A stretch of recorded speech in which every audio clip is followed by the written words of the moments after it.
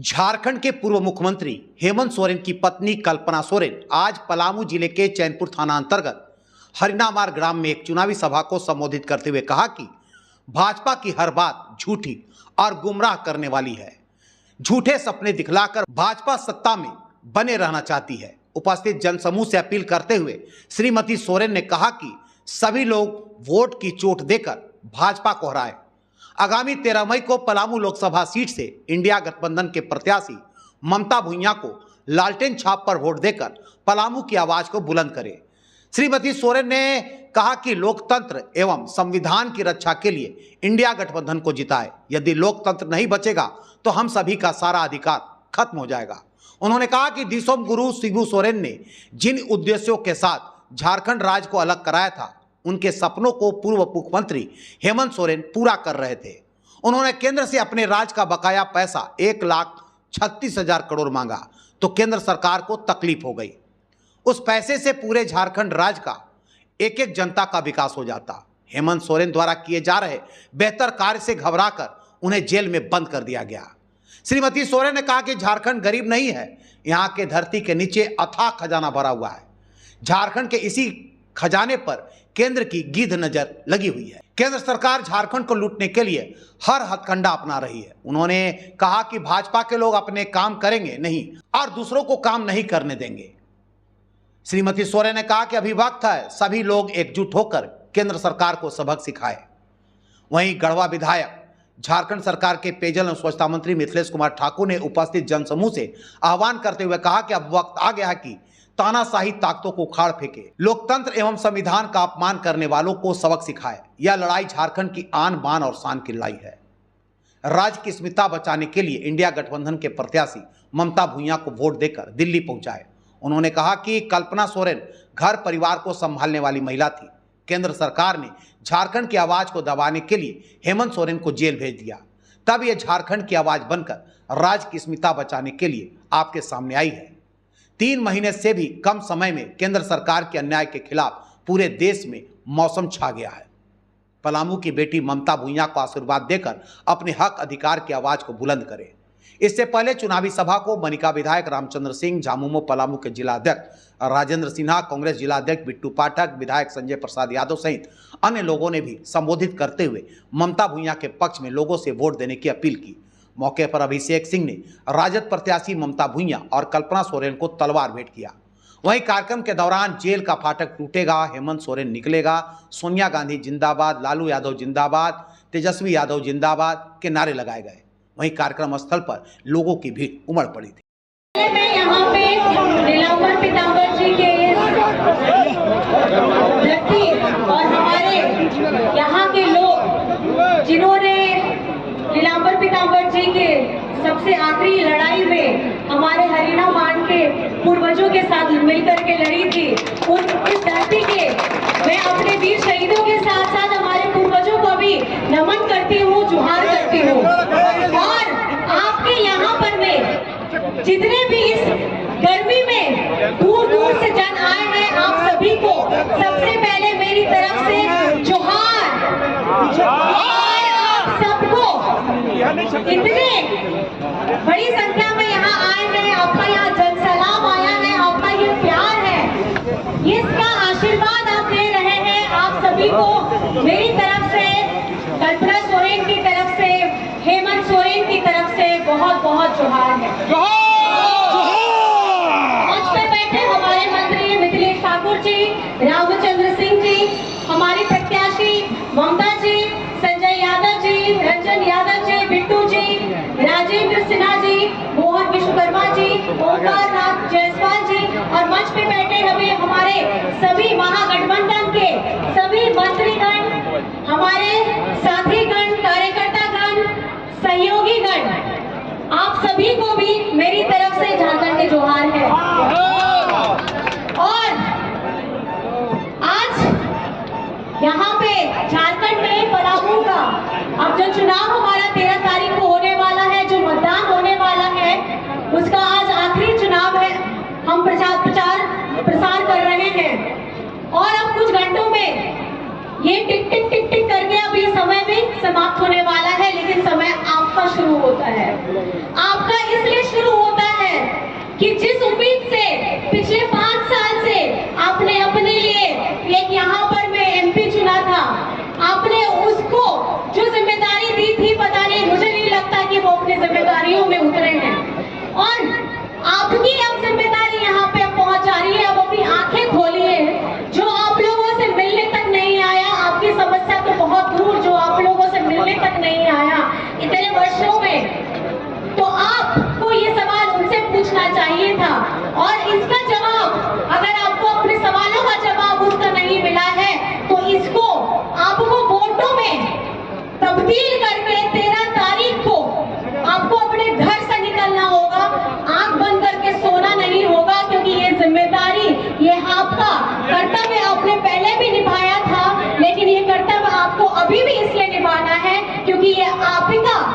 5 साल में जो ताकत है, ये बदलने की ताकत, वो स्याही जो आपकी इस उंगली में लगेगी 13 तारीख को, वो आप बदल सकते हैं।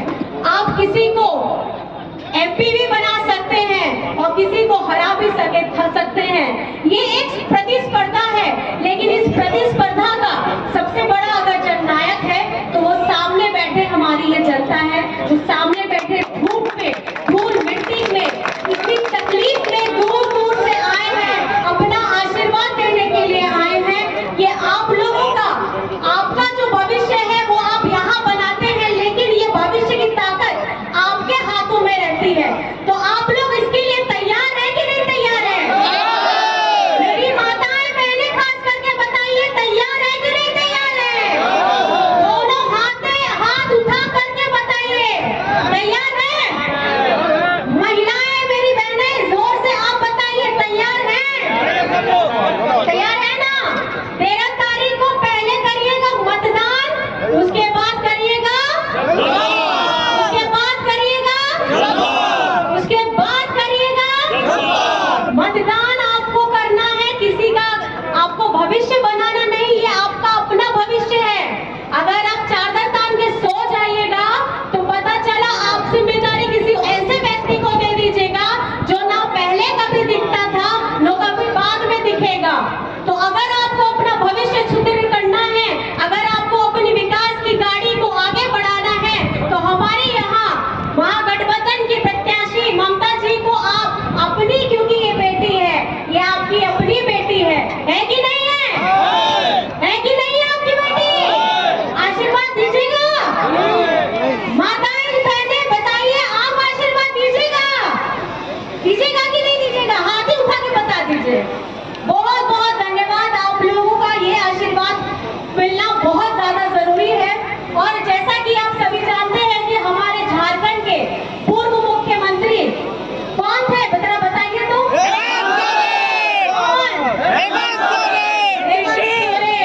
तो हेमंत सोरेन जी ने विकास की ऐसी गाड़ी दौड़ाई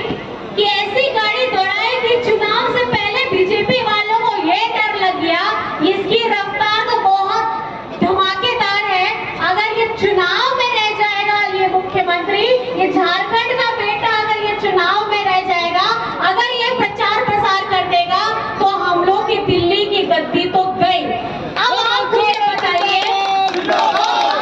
बताइए कि जिसने 2014 में ऐसा वादा आप लोगों से किया था, झारखंड नहीं पूरे हिंदुस्तान से वादा किया था कि 2 करोड़ की नौकरी देंगे। कितने करोड़ की नौकरी देंगे? कितने करोड़ की नौकरी देंगे? और कितना खाते में आएगा पैसा? कितना आएगा पैसा? 15 लाख। कितना आएगा पैसा? 15 लाख। मिला क्या? मिला क्या? मेरी माताएं बहनें बताएं, खाते में पैसा पहुंचा क्या? नहीं ना? तो क्या करना है आपको? दिल्ली का सपना जो लेके बैठे हुए हैं कि पहले से हम लोगों ने बेवकूफ बनाया, 5 साल के बाद फिर बेवकूफ बना दिया 2019 में, 2024 में चेहरा बदलेगा कि नहीं बदलेगा? बदलेगा कि नहीं बदलेगा? और इसके लिए झारखंड तैयार है कि नहीं तैयार है? तैयार है ना? तो हमारा यहाँ से सांसद कैसा हो? अपना यहाँ का सांसद कैसा हो? अपना यहाँ का सांसद कैसा हो? अच्छा, इतना ताकत तो आपने मेरे को बता दिया।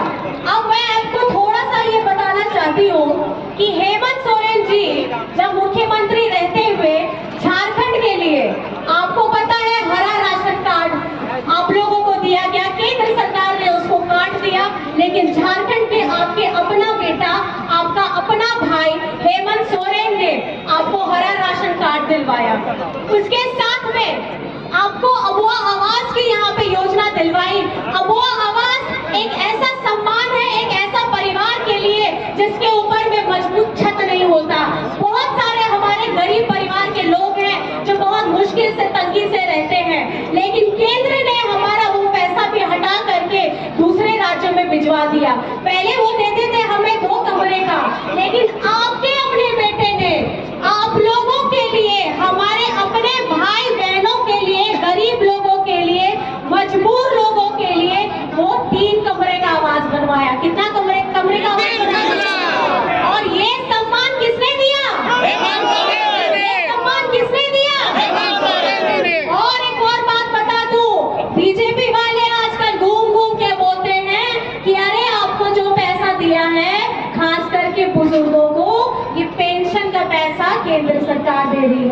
लेकिन झारखंड में मैं आपको ये बताना चाहती हूँ कि झारखंड के साथ ऐसा सौतेला व्यवहार हुआ है।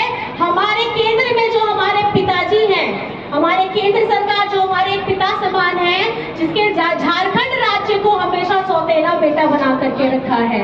इसलिए सौतेला बेटा बना करके रखा है क्योंकि यहाँ पर में उनकी अपनी सरकार नहीं है। लेकिन आपका अपना बेटा ने अपने लोगों के लिए, अपनी बहनों माताओं के लिए, अपने पिताजी लोगों के लिए, अपने बुजुर्गों लोगों के लिए, अपने दिव्यांगों के लिए पेंशन की योजना लाई है। और ये पेंशन गांव-गांव से होकर के जंगल के अंदर में भी जो लोग रह रहे हैं उन लोगों को भी ये पहुंचाने का काम किया है। आपको ये पता होना चाहिए कि उसकी जो आयु सीमा है वो 60 वर्ष से घटा करके 50 वर्ष कर दी गई है। और ये हमारी माताओं को, बहनों को मजबूत करने के लिए किया गया है क्योंकि ये आपकी एक बुढ़ापे की मजबूत लाठी है। आपका अपना बेटा हेमंत सोरेन, आपका अपना भाई हेमंत सोरेन आपको आत्मविश्वास के साथ में आपकी जिंदगी आपको जीने के लिए मजबूत किया है। तो क्या मेरी माताएं बहनें हेमंत सोरेन जी के साथ में हैं? माताएं बहनें पूछ रही हैं। माताएं बहनें हमारी हेमंत सोरेन जी के साथ में हैं? चलिए, बहुत बढ़िया। आप अपना आशीर्वाद दीजिएगा माताएं बहनें। आज लगता है खाना खा कर नहीं आए सब, हाँ थक गए। चलिए कोई नहीं, आपका आशीर्वाद, वोट जरूर करिएगा।